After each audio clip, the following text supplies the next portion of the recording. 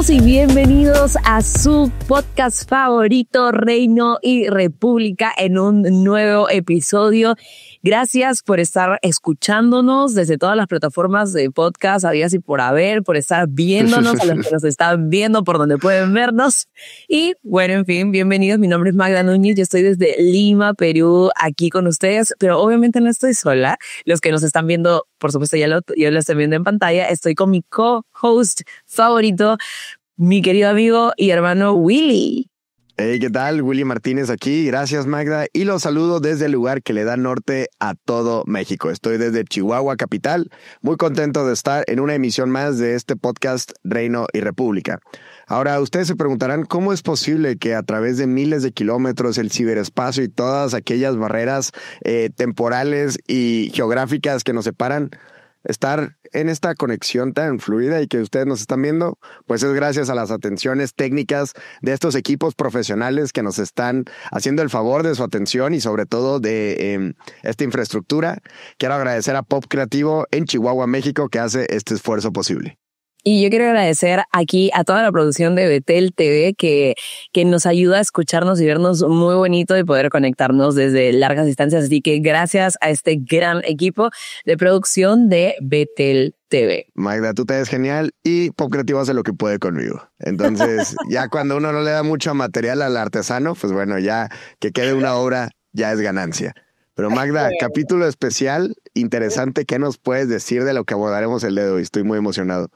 Hoy día, ya que muchos de los que estamos aquí escuchándonos, disfrutando de estos episodios, sabemos, ¿no?, que nos encontramos en el podcast de Reino y República del CCP, el Centro Cristiano para la Vida Pública, tenemos a diferentes referentes, ¿no?, dentro de este espacio de influencia, de esta esfera de gobierno, a hermanos en Cristo que Dios llama a estos espacios. Y creo que hoy día vamos a conocer y vamos a escuchar que tiene por decirnos uno de los referentes, yo diría, más importantes, influyentes, en todo caso, relevantes en este siglo, que estamos viendo que está trayendo una nueva forma probablemente de hacer política en su país y que creo que sirve de bastante ejemplo para todos los otros países. No estoy hablando del país de Costa Rica y me estoy refiriendo a una persona que además considero súper multifacética, bastante versátil en ese sentido. Ha pasado del mundo de las comunicaciones, del periodismo, se ha ido también al mundo del arte a través de la música y hoy en día también se desenvuelve en el mundo en la esfera de gobierno. Entonces, hoy vamos a tener a quien es actualmente diputado de la República de Costa Rica por el partido que también preside, que es el de Nueva República de Costa Rica. Por favor, reciban con fuertes aplausos y varios corazoncitos ahí en los comentarios del chat en vivo a Fabricio Alvarado. Hola. Fabricio, ¿qué tal? bienvenido. Mucho gusto compartir con ustedes. De verdad, Willy, Magda, gracias por la oportunidad. Bueno, yo hoy les estoy hablando desde mi casa. Hoy estoy aquí en mi casa que pues nos ha tocado hacer trabajo desde acá el día de hoy. Y bueno, les mando un abrazo desde esta ciudad de la capital.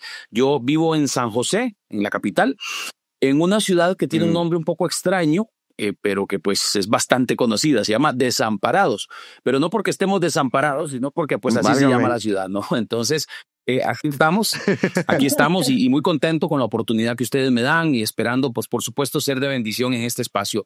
Muy bonito el espacio, muy bonito el nombre, la introducción, pues todo pinta bonito, así que esperemos que también el resto del programa sea bonito bien para la gente. Así como lo decía Magda, ha sido multifacético. ¿Por qué no nos cuentas cómo fue, en un resumen, esa travesía que has atravesado por tu vida, ¿no? Estos diferentes momentos que te han llevado hasta que encontraste cuál es esta vocación en el monte de gobierno. Yo soy de profesión periodista.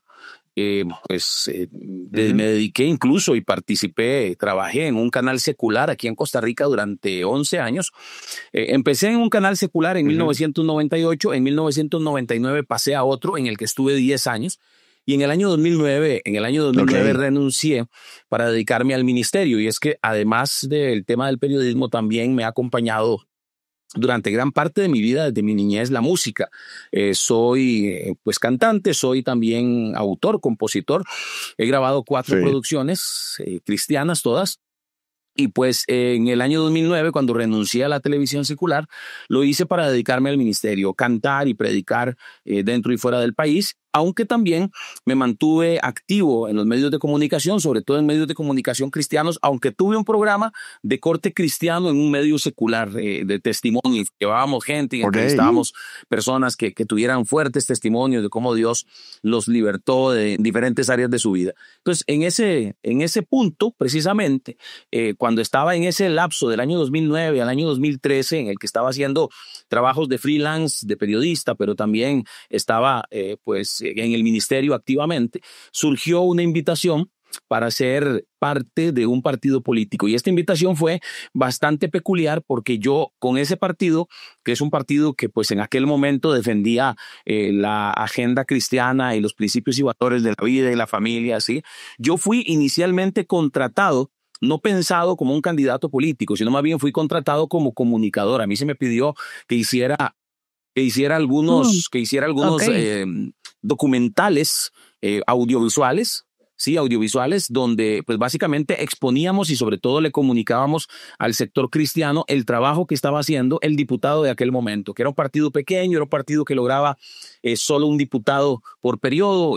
Aquí en Costa Rica existe solo una cámara legislativa que se llama Asamblea Legislativa y pues en aquel tiempo ese partido lograba solo uno de los 57 escaños. Entonces, ese era mi trabajo, comunicarle a la gente y especialmente al sector cristiano lo que se estaba haciendo desde la Asamblea Legislativa. ¿Ese era tu trabajo inicial? O sea, tú estabas ahí para comunicar, para informar, hacer estos documentales. Pero ¿cómo es esa transición de estar contratado por este partido pequeño?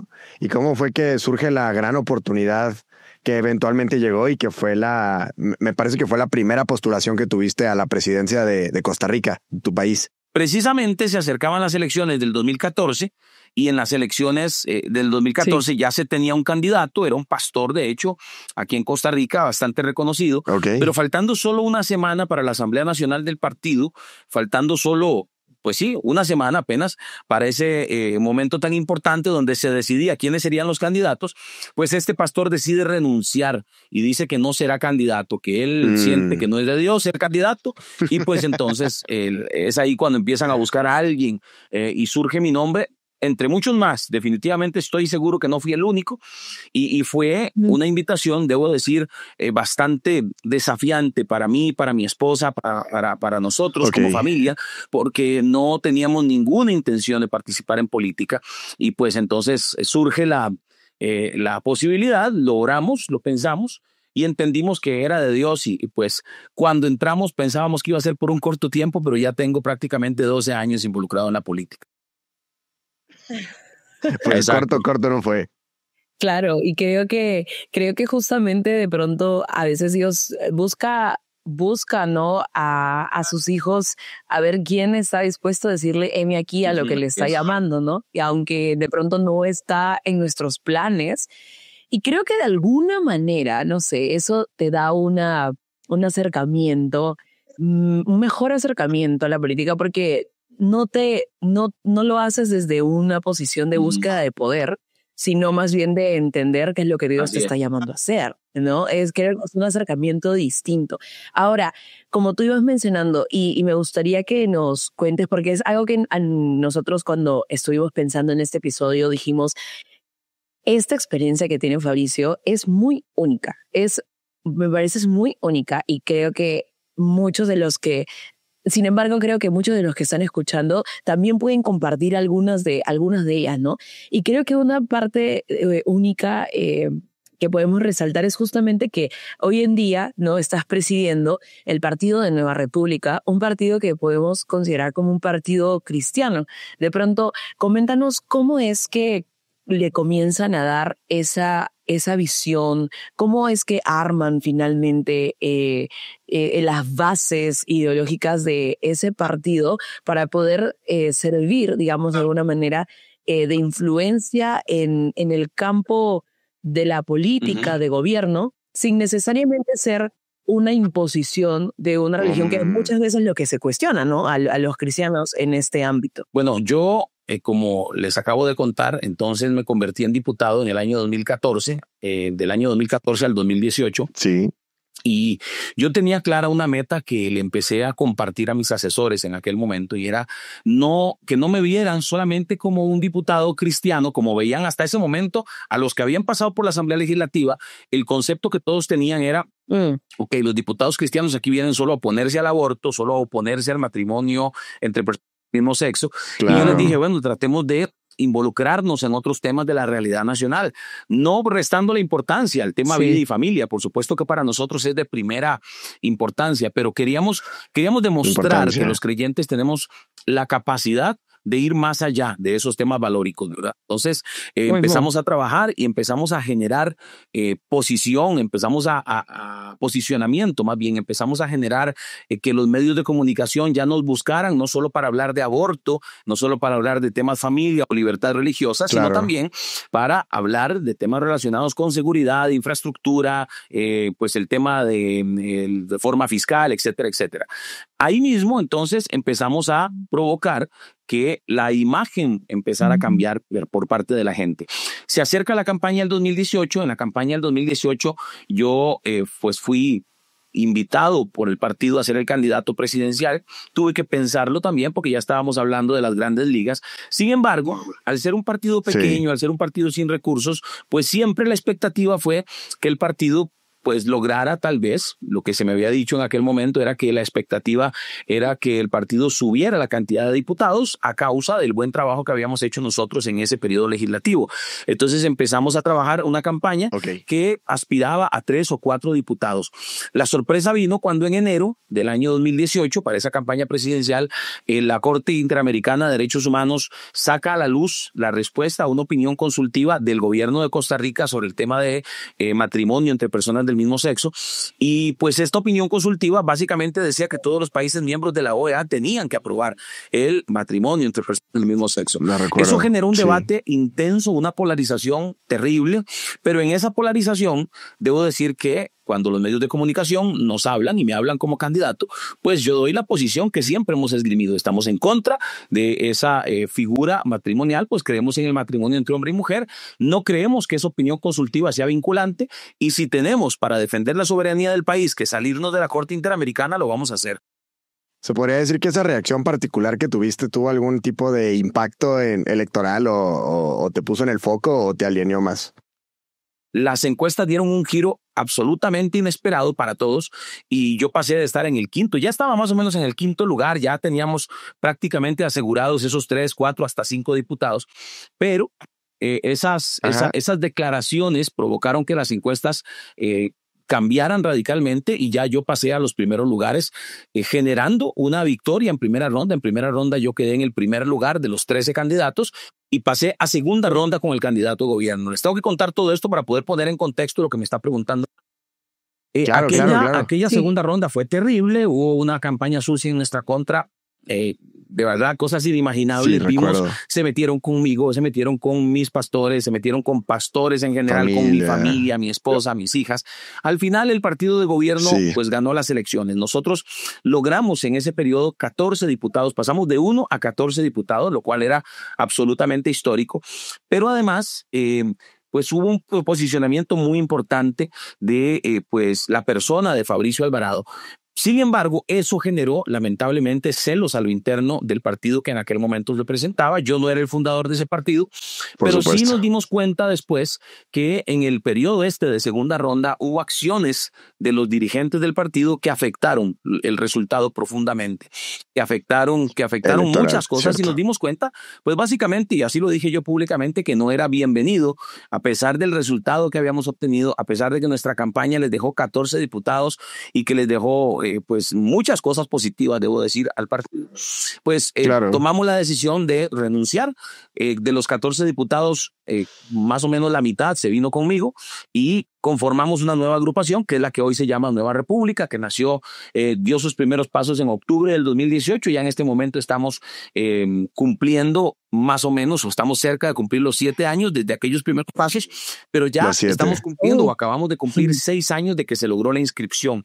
En el periodo de trabajo se hicieron asambleas nacionales, cantonales, provinciales, y se tardó más o menos unos 7 meses en lograr la inscripción, y más o menos para mayo del 2019 nos comunicaron la inscripción, y hasta la fecha hemos participado ya en 3 procesos electorales, 2 locales, donde hemos ganado varias alcaldías, donde hemos ganado regidores, que es lo mismo, creo yo, que en algunos de sus países lo que llaman concejales, que son algo así como los legisladores, como los legisladores municipales. Acá en Perú regidores también. Y ya hemos participado en un proceso electoral nacional, que fue en el 2022, donde yo fui candidato otra vez a la presidencia, donde obtuve el tercer lugar de 25 candidatos, un proceso que nos dejó muchos aprendizajes, porque cualquiera hubiera esperado, bueno, él viene de ser candidato, de pasar a segunda ronda, ¿por qué no pasó a segunda ronda? Bueno, es muy diferente cuando tienes a cargo todo el peso electoral, todo el peso organizativo del partido, y creo que fue un resultado muy exitoso. Tercer lugar de 25 candidatos, logramos 7 diputados que pues hoy estamos en la Asamblea Legislativa, 6 de ellos porque una de ellas decidió hacerse independiente a la mitad del camino porque no coincidía con algunos de nuestros puntos ideológicos, y ahí voy precisamente a lo que preguntaba Amanda. Bueno, la determinación de Nueva República desde su nacimiento es ser un partido de influencia, tanto que de los 25 partidos, para diputaciones participaron 36 partidos y solo 6 entramos a la Asamblea Legislativa. Eso quiere decir que somos uno de los 6 partidos más influyentes en este momento en el país, de los muchos que hay. Y pues es precisamente porque nos hemos determinado, sin renunciar a la defensa de los valores, porque bueno, mencionábamos fuera de cámaras un video que sacamos un día de estos donde atacamos fuertemente en las cosas que suceden dentro del desfile del orgullo homosexual, del desfile, lo que llaman Pride a nivel mundial. Pues las escenas grotescas que se ven en Costa Rica y en todo el mundo en este tipo de desfiles, pues definitivamente van en contra de los principios y valores que nosotros defendemos, y por eso lo hemos atacado. Y se influye, por ejemplo, o la visión es influir en este tema que luego se llama batalla cultural, pero en temas nacionales, ¿cuál es como su interés o su influencia, su punto de vista? Estamos influyendo muy fuertemente en las políticas de seguridad, presentando proyectos de ley para atacar el crimen organizado, para atacar el sicariato. Estamos trabajando fuertemente en los temas relacionados con impuestos para que en la medida de lo posible se rebajen impuestos, sobre todo a las personas que más lo necesitan.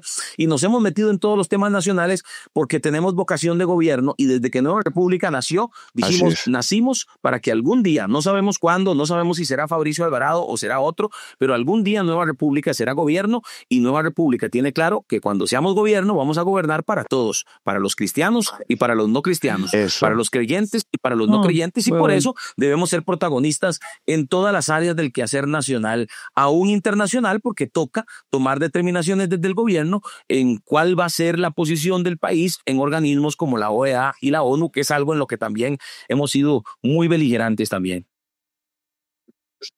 Eso es algo que me parece que es salirte solamente del ser un partido monotemático. Me parece excelente el ejemplo que haces de, son nuestros valores, no los traicionamos, pero no somos solamente un órgano consultivo para esas áreas, sino que tenemos una propuesta interesante, y creo que ha sido lo que ha determinado.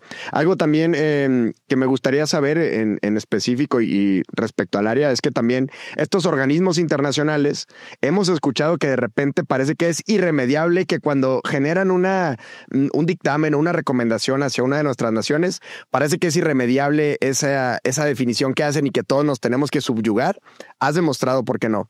¿Cuál crees que ha sido este factor característico? Y también, sobre todo, me gusta mucho decir que tu agenda, Fabricio, en particular, no es el de una persona extremista ni nada, es el de las personas normales, es el de la gente común que se atreve de nuevo a tomar las riendas de su país, y creo que eso sin duda será algo que, les ha llevado a estos resultados. ¿A qué le atribuyes esto? ¿Qué crees que es lo que haya sido ese factor definitivo? Mira, yo creo que una de las cosas más importantes es entender que estos grupos que en algunos países se han metido más fuertemente que en otros, me refiero a los grupos progresistas, a los promotores de la agenda ve la agenda pro aborto, Claro. las feministas, etcétera. Bueno, en Costa Rica lamentablemente sí se han metido fuerte y lograron, por ejemplo, lograron el gobierno que quedó, el gobierno que nos ganó en 2018, pues básicamente fue una alfombra de la Corte Interamericana y ya hoy el matrimonio LGTB está activo en Costa Rica, es parte de nuestra realidad sin haber pasado por una asamblea legislativa. Nunca fue votado en una asamblea legislativa, sino que se valieron de esa opinión consultiva y también de una resolución de la Sala Constitucional. Pero bueno, más allá de eso, lo que quería decir es que estos grupos son beligerantes. Estos grupos no lo piensan para atacarte con calificativos personales directos, fuertes. En otras palabras, ellos no se callan y lamentablemente nosotros, los conservadores, hemos vivido mucho tiempo en el silencio. Como decía Martin Luther King, no me duelen tanto las acciones de los malos, sino el silencio de los buenos, parafraseando, ¿verdad? Entonces, en esa misma dirección, nosotros hemos tomado la decisión de no callar. Por más que nos digan, porque ahí es donde vienen los ataques, nos dicen retrógrados, nos dicen cavernícolas, fanáticos religiosos, homofóbicos, sin que seamos homofóbicos, sencillamente defendemos principios y valores y defendemos nuestro derecho como padres y el derecho de los padres de familia a educar a nuestros hijos en nuestros principios y valores, algo que ellos pues no pueden aceptar. Es algo bastante paradójico, porque las mismas feministas que no quieren que los niños nazcan, cuando sí nacen, pues quieren educarlos a su manera, ¿no? Entonces es muy interesante ver las grandes contradicciones que hay en esos discursos y por eso es que nosotros decidimos no callar. En otras palabras, nos verán ahí, protagonistas en temas de seguridad, en temas hacendarios, en temas fiscales, en temas de infraestructura, de vivienda, etcétera, pero también nos verán pues levantando nuestra voz cuando intenten imponernos qué ha sucedido.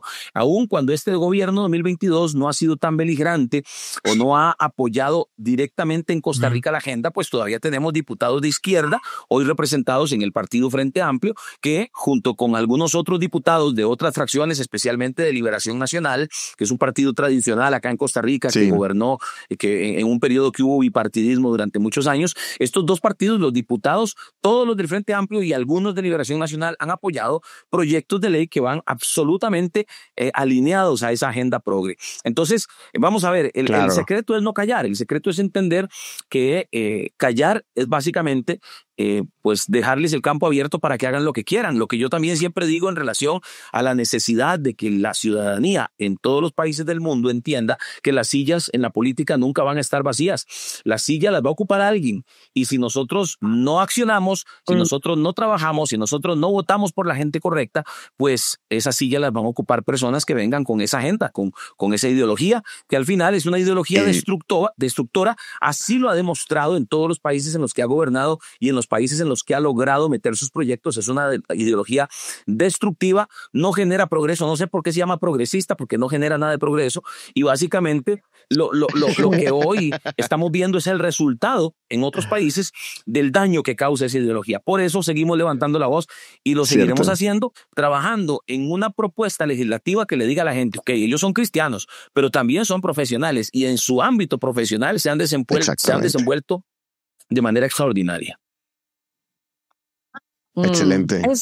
Eso creo que es la clave para, y es algo que nos repiten constantemente en el CCPL también, y que se los extendemos, y Fabricio como buen mentor también se los está extendiendo en este momento, la importancia de la capacitación, la importancia de mantenernos siempre tratando de crecer a nivel profesional, porque al fin y al cabo todo eso lo ponemos al servicio del Señor, primeramente, pero lo ponemos al servicio si en algún momento va a ser dentro del ámbito de gobierno, especialmente ahí, ¿no? La base es tu fe y luego comienzas con todas las otras herramientas que vienes adquiriendo en el tiempo y que Dios te permite adquirir, ¿no? Yo creo que clave queda como mensaje que necesitamos más cristianos en la política. Y si es que no les quedó tan claro ese mensaje, ya con todo este compartir, Fabricio tiene un libro que justamente se llama Cristianos en la Política. Entonces, ahí pueden profundizar mucho más, pero no quería que nos fuéramos, porque lamentablemente el tiempo apremia, pero no quería que el tiempo se agota siempre. Sí, que nos fuéramos sin que en base a esto, ¿no? Porque en el libro tú compartes la experiencia que tuviste al momento de estar en la política en una serie de puntos muy interesantes que algunos de ellos has tocado en esa conversación. Con casi 12 años ya están siendo un cristiano en la política en respuesta a un llamado de Dios. ¿Qué le podría decir a aquellos jóvenes que están comenzando a notar ese llamado o escuchar, ¿no? Ese llamado de parte de Dios a su vida para que comiencen a prepararse? ¿Qué deben tener, ¿no? O sea, esas dos cosas de pronto principales que deben tener presente para comenzar a entrar a este Bueno, a en este primer campo. lugar, tener claro que si queremos ser cristianos, no solo en la política, en cualquier área en que queramos destacar, creo que es algo hasta bíblico, ¿no? Recordemos la historia de Daniel, cuando dice la palabra que Daniel era superior a los gobernadores y a los sátrapas, y eso provocó una conspiración contra él, y él era superior porque tenía un espíritu superior. Entonces, primero, como creyentes, andar en el espíritu y no en la carne es más importante que cualquier cosa, porque si queremos ser superiores, si queremos ser de influencia, si queremos cumplir lo que dice la Biblia cuando pues estamos llamados a estar arriba y no abajo, a ser cabeza y no cola, pues debemos estar, por supuesto, alineados y abrazados a la palabra y a lo que manda la palabra, ¿no? Eso en primer lugar. Más allá de lo profesional, por supuesto que lo profesional es trascendental. Siempre procurar hacer las cosas con transparencia, hacer las cosas con sinceridad de corazón, ejercer nuestra profesión con corrección, sin corrupción, y eso es muy importante. Yo le puedo decir que en este tema hay algo que es muy importante también decirlo, porque no todos los creyentes lo tienen, hay que decirlo también. El ser cristiano en la política te va, y lo mencioné ahora, va a provocar ataques en tu contra, y tienes que estar espiritual y emocionalmente muy estable para que esos ataques no te lancen al suelo, no te tiren al suelo. Es lo mismo que en la vida cotidiana. En la vida cotidiana hay pruebas, y si estamos agarrados de Dios, si estamos abrazados a su palabra y estamos fuertes espiritual y emocionalmente, las pruebas no nos van a hacer caer. También la Biblia dice, si pasas por el fuego, no te quemarás, si pasas por las aguas, no te ahogarás, lo dice Isaías. Sí. ¿Qué quiere decir eso? Bueno, vamos a pasar por el fuego, no dice que no sucederá o que tal vez pase, no dice cuando pases por el fuego, cuando pases por las aguas. Entonces, tenemos que estar preparados para todas las circunstancias, las de éxito cuando nos va bien, como cuando nosotros logramos las diputaciones que logramos, como cuando nosotros logramos la aprobación de un proyecto de ley, como cuando ganamos esa primera ronda, pero hay otros momentos complejos en los que hay que estar muy firme espiritualmente, porque al final lo que nos dice la Biblia y lo que nos demuestra la práctica es que los momentos de prueba, si lo sabes enfrentar, al final te harán más fuerte. O si usted quiere introducirse en la política por poder o por dinero o por fama o por likes en las redes sociales, mejor desista,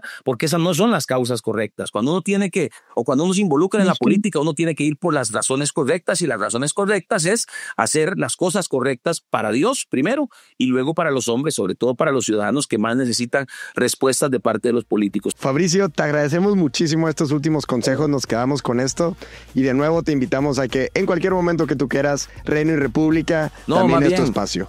Agradecemos a todos. Ustedes, estoy a la orden para cuando gusten. Es muy agradable el espacio. Sé que hoy tuve que poner en contexto muchas cosas, pero en un futuro, si tienen ustedes el deseo de que yo les acompañe, hablamos de más. Claro que sí. Hablaremos puntualmente de estos y más temas en este espacio Reino y República. Les agradecemos todos el favor de su atención que nos permiten edición tras edición. Mi nombre es Willy Martínez, los saludos de Chihuahua. Estuve con Maga Núñez desde Lima, Perú, y hemos estado con Fabricio Alvarado desde San José, Costa Rica. Gracias a todos por esta emisión. Nos vemos la próxima. Saludos. Chao. Chao.